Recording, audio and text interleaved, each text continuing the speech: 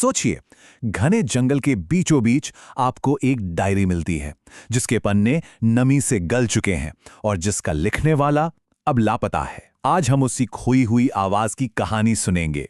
ये डायरी मिली थी भारत के जिम कॉर्बेट नेशनल पार्क में और इसका मालिक वो कभी वापस नहीं लौटा। अब हमारे पास बचा क्या है? बस ये कुछ पन्ने जिन पर स्याही फैल चुकी है और एक ऐसी कहानी जो अधूरी रह गई। तो चलिए पहला पन्ना खोलते हैं। यहाँ लिखावट एकदम साफ है, स्याही अब भी गहरी काली। ऐसा लगता है जैसे ये सफर कितनी उम्मीद और रोमांच के साथ शुरू हुआ होगा। लेकिन यही तो जंगल का पहला धोखा था, एक खूबसूरत धूप भरा धोखा। इसमें लिखा है, जब सूरज की पहली किरण धरती को छूती है तो एक छिपी हुई दुनिया जाग उठती है। इन शब्दों में एक अजीब सी शांति है ना? हैरानी भी। पन्ना देखिए, ओस से हल्का नम है पर स्याही एकदम साफ, जैसे वो हमें बताना चाहता हो कि एक बिल्कुल अलग दुनिया में कदम रखा है उसने। और आगे वो लिखता है, पत्तों की हर सरसराहट, हर दूर से आती आवाज एक कहानी कहती है। तो शुरुआत में तो सब कुछ ठीक था। ये सिर्फ एक एडवेंचर था। खतरे का दूर दूर तक कोई नामो निशान नहीं, बस जंगल की वो मन मोह लेने वाली खूबसूरती थी जो बहुत जल्द एक डरावना रूप लेने वाली थी। लेकिन फिर कुछ ही पन्ने पलटते ही सब कुछ बदल जाता है। वो शांति चली जाती है, उसकी जगह ले लेता है घुटन भरा कन्फ्यूजन और डर की पहली दस्तक। ये कहानी है उस रास्ते की जो कहीं खो जाता है। और यहीं से लिखावट में एक कंपकंपी आ जाती है। शब्द हैं, नक्शा गल चुका है, पगडंडी गायब। जरा महसूस कीजिए उस घुटन को। हवा में गीली मिट्टी और सड़ती हुई पत्तियों की वो तेज गंध, और आसमान में सूरज तेजी से घने पेड़ों के पीछे छिप रहा है। अंधेरा होने वाला है।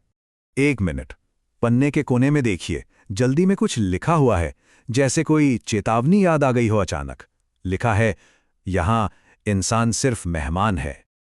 अगला पन्ना सवालों से भरा है और इन सवालों में आप उस बढ़ती हुई धड़कन को महसूस कर सकते हैं। किस तरफ जाऊं? क्या मैं इस पेड़ के पास से पहले भी गुजरा हूं? सोचिए, चारों तरफ एक जैसे पेड़, कोई रास्ता नहीं, कोई निशान नहीं। वो फंस चुका है। और अब यह बेचैनी सिर्फ दिमाग में नहीं, शरीर पर महसूस होने लगती है। वो लिखता है, कीड़े त्वचा पर लगातार रेंग रहे हैं। इस चिपचिपी गर्मी में एक घिनौना अनचाहा एहसास। अब वो सिर्फ खोया हुआ नहीं है, वो जंगल के रहमो करम पर है, पूरी तरह से वल्नरेबल।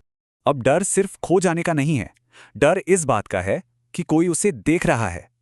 अंधेरे में से घूरती हुई जंगल की आंखें। अगले पन्ने पर बस एक छोटा सा वाक्य लिखा है, एक टहनी टूटी मेरे ठीक पीछे। और इसके बाद सब खामोश। वो जो झींगुरों का लगातार शोर था वो अचानक बंद हो गया, जैसे पूरे जंगल ने अपनी सांसें रोक ली हों।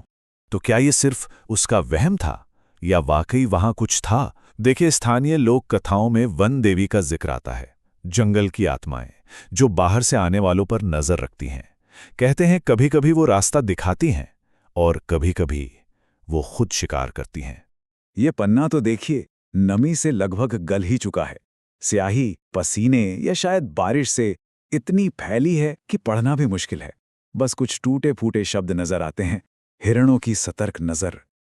ऐसा लग रहा है मानो सिर्फ हिरण नहीं, पूरा जंगल ही उसे घूर रहा है और बस इंतजार कर रहा है। और फिर कहानी उस मोड़ पर पहुंचती है जहां डर हकीकत का रूप ले लेता है। ये रात है, शिकारी की रात।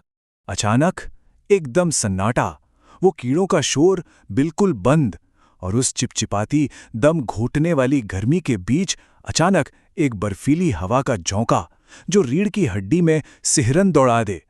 जंगल में इस चुप्पी का एक ही मतलब होता है, शिकारी बहुत पास है।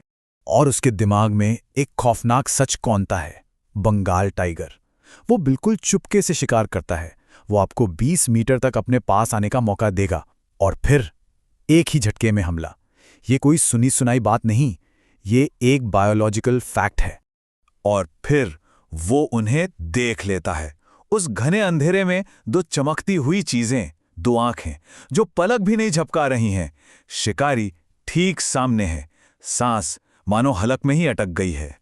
फिर एक धीमी गुर्राहट की आवाज, ऐसी जो कीचड़ भरी जमीन से होते हुए सीधे उसकी रीढ़ की हड्डी तक पहुंच जाती है। मुंह में डर का वो अजीब सा मेटालिक स्वाद, और सब कुछ जैसे स्लो मोशन में हो गया हो।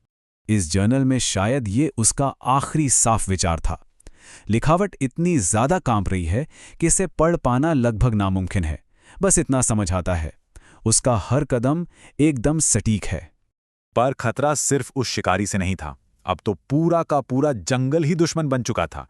ये थी प्रकृति की असली क्रूर ताकत। और ठीक उसी वक्त आसमान जैसे फट पड़ा। कानों को फाड़ देने वाली गड़गड़ाहट और आंखों को चौंधिया देने वाली मूसलाधार बारिश। ये बारिश राहत बनकर नहीं आई थी, ये एक और हमला था। और बस कुछ ही सेकंड्स में दुनिया बदल गई। पैरों के नीचे की जमीन कीचड़ बन गई, पास की नदी एक राक्षस की तरह उफड़ने लगी, और हर निशान, हर पहचान, सब कुछ पानी में धुल गया। कंट्रोल अब उसके हाथ में बिल्कुल नहीं था। और अब हम इस डायरी के आखिरी पन्ने पर आ गए हैं। इस कहानी का जो कुछ भी बचा है वो बस यही है। ये आखिरी पन्ना फटा हुआ है, पानी के दाग हैं इस पर, शब्द अब बस टूटे फूटे टुकड़ों में। लिखा है, जंगल सिखाता है विनम्रता, असली खतरा शिकारी नहीं, ये है, और बस इसके आगे कुछ नहीं। लिखावट यहीं रुक जाती है, वाक्य अधूरा और कहानी हमेशा के लिए अधूरी।